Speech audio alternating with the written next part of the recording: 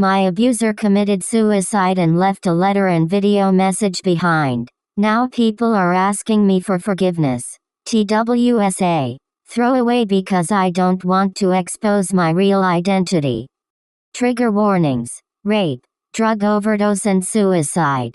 I won't go into details, but I wanted to put the triggers anyway. Please proceed with caution. It happened 2003. My BF at the time asked me to come over one night to hang out, but he was with his best friend this time. My BF told me that his best friend was a virgin and how unfair it was that girls rejected him. I have never been able to listen to Tupac after that night.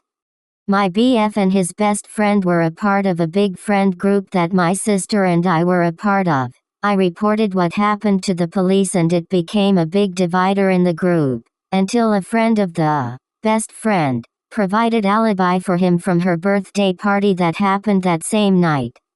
It was good enough to everyone and everyone turned against me and wanted me to drop the charges, including my sister. 6 months later the best friend overdosed and I was blamed for what happened to him.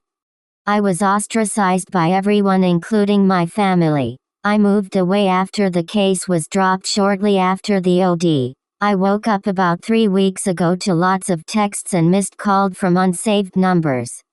I found out later that it was my mom and sister, and now they believe me because my abuser confessed to everything in details and called what he did a curse that haunted him his entire life. Haunted him.